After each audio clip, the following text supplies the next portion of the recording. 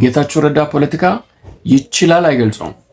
መህዲ ሀሰን ማለት የእንግሊዝ ኢሚግሬሽን ሲስተም ከፈጠራቸው እንክርዳዶች ውስጥ አንዱ ነው።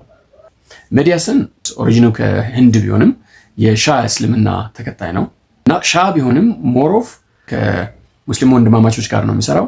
የብራዘርሁድ እንደምታውቁት የሱኒ አክራሪ ነው። ላይፉን ህይወቱን በሙሉ ስፖንሰር የምታደርገው ካታር ናት። በካታር ስፖንሰር ይደረጋል። ከህንድ ሀገር ከመጣ የሻ እስላም ተወልዷል። እንግሊዛዊ ዜግነት አለው። ከዛ ደግሞ እነ ባይደን ጠርተው ተጨማሪ የአሜሪካ ዜግነት ሰጡት። ለዲሞክራሲ ለእንግሊዛውያን ሌክቸር ያደርጋል። ደግሞ ለአሜሪካ አውር ካንትሪ ያለ እንዴት አድርጎ በዲሞክራሲ መኖር እንዳለባቸው በቅርቡ እንደውም ካያችሁ ክርስቲያኖች መግባት የማይችሉበት የተባለው የዲርቦን ሚቺጋን ከተማ እዛ ከተማ ገብቶ ለአሜሪካውያን ስለ ዲሞክራሲ ሲናገር ነበር። የካታርን አይዲዮሎጂ እንደሚያስፋፋ ይታወቃል። ካታር ደግሞ ንጉስ በሚመስል በኤሚር የሚመራ ሀገር ነው። ምርጫ የለ፣ ዲሞክራሲ የለ ምናምን። አንድ የአልታኒ ቤተሰቦች አሉ፣ እሱ ነው የሚመሩት። ቤተሰብ ንብረት ነው ካታር ማለት። ካታርን አንድ ቃል ሊያወራ አይችልም። ስፖንሰር የሚያደርጉት እሱ ናቸው።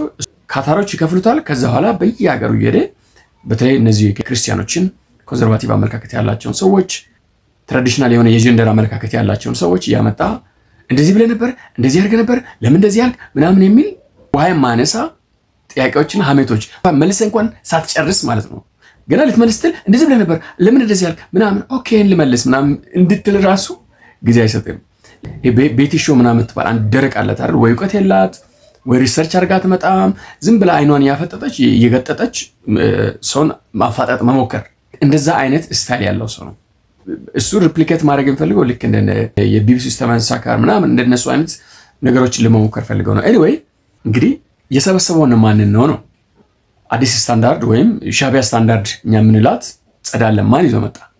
ያ ደግሞ ስዊድናዊ አለ፣ የቲፒኤልኤፍ ተከፋይ ማለት ነው፣ የህዋት ተከፋይ እሱ አለ። በሙሉ የህዋትና የሻቢያ ሰዎችን ሰብስቦ ነው የገባው። ኢትዮጵያን ለምትባል ሀገር ያለውን ጥላቻ ውስጡ ሲገነፍል ታያላችሁ። ለምሳሌ የሚያነሳቸው ጥያቄ ምንድን ነው? መደመር ማለት ይልሃል። ከየት እንዳመጣው እኔ አይዶ ነው። የፓን ኢትዮጵያ፣ የኢምፔሪያሊስት፣ የአህዳዊ አስተዳደር፣ የአሲሚሌሽን የምናምን የኢትዮጵያን ግሬትነስ ለመመለስ የሚደረግ ጥረት ነው። ይህን እንዴት ትደግፋለህ አንተ ይላል። የእሱ ጌቶች ኢትዮጵያን በአጭሩ መቅጨት እንዳለባቸው ያምናሉ። ፓን ኢትዮጵያ ይለዋል። ታውቃላችሁ?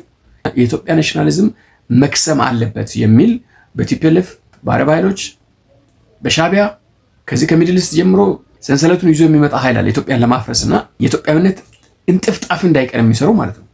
ያንን ነው ፕሮፓጌት ለማድረግና እዛ ላይ ተቀመጡ ለኦዲየንሶቹ ፓን ኢትዮጵያ፣ አሲሚሌሽን፣ ኢምፔሪያሊዝም፣ ኢትዮጵያ ኢምፓየር ናት፣ ኢምፔሪያሊስት ነች ምናምን ነገር የሚል ሀሳብ አምጥቶ ያው እኛን ለማቃጨጫ የሚሞክረውና ገች በደንብ አድርጎ ነው የመለሰው።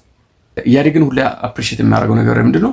በተለይ ከላይ ያለው አመራር እንደዚህ አይነት ጊዜ እንዴት መመለስ እንዳለበት የሚችሉ ሰዎችን አፍርቷል። ኢህአዴግ ማለት የበረከት ስምኦን፣ የተፈራ ዋልዋ፣ የመለስ ዜናዊ፣ የአዲሱ ለገሰ ፓርቲ ነው። በአመለካከት ልትለያዩ ትችላላችሁ፣ ነገር ግን ምንም መናገር እንዳለባቸው የሚያውቁ ሰዎች ናቸው።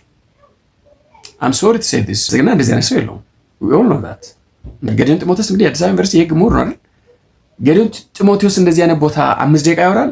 ይካንት አይደለም። ከመህዲ ሀሰን ጋር እንደዚህ ተንኮል ሴራ ያለበት ቀርቶ ሊለነ ስዩም ጋር ቁጭ ብሎ እኮ እሷ የምትጠይቀውን ነገር በአግባቡ መመለስ የማይችል ሰው ነው። በህግ ጂኒየስ ሊሆን ይችላል፣ ግን ኮሚኒኬት ማድረግ የብልጽግና ችግር ነው። ምንም ጥርጥር የለውም።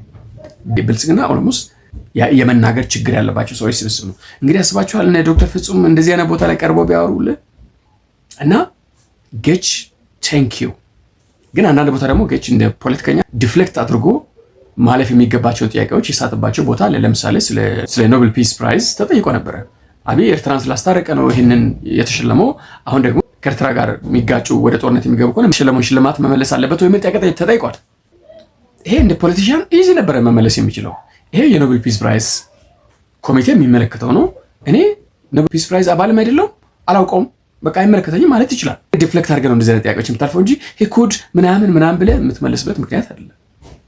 በተረፈ ግን ደረጃ ስትባል እስከዛሬ ድረስ መህዲ ሀሰን ጋር ቀርበው ድምጥማጡን መህዲ ሀሰን ካወጡ ሰዎች ውስጥ ከ1 እስከ 3 አለ ብዬ ነው የማስበው። ብዙ አይተናል አይደል? እኔ በነጮች ላይም አይቻለሁ። ለምሳሌ ቴድ ክሩስን የመሰለ ሴናተር ታከር ካርልሰን ፊት ቀርቦ መናገር የሚችለው ነገር ሲያጣ አይተናል። የሃርቫርድ ምናምን የህግ ግራጁዌት ማለት ነው።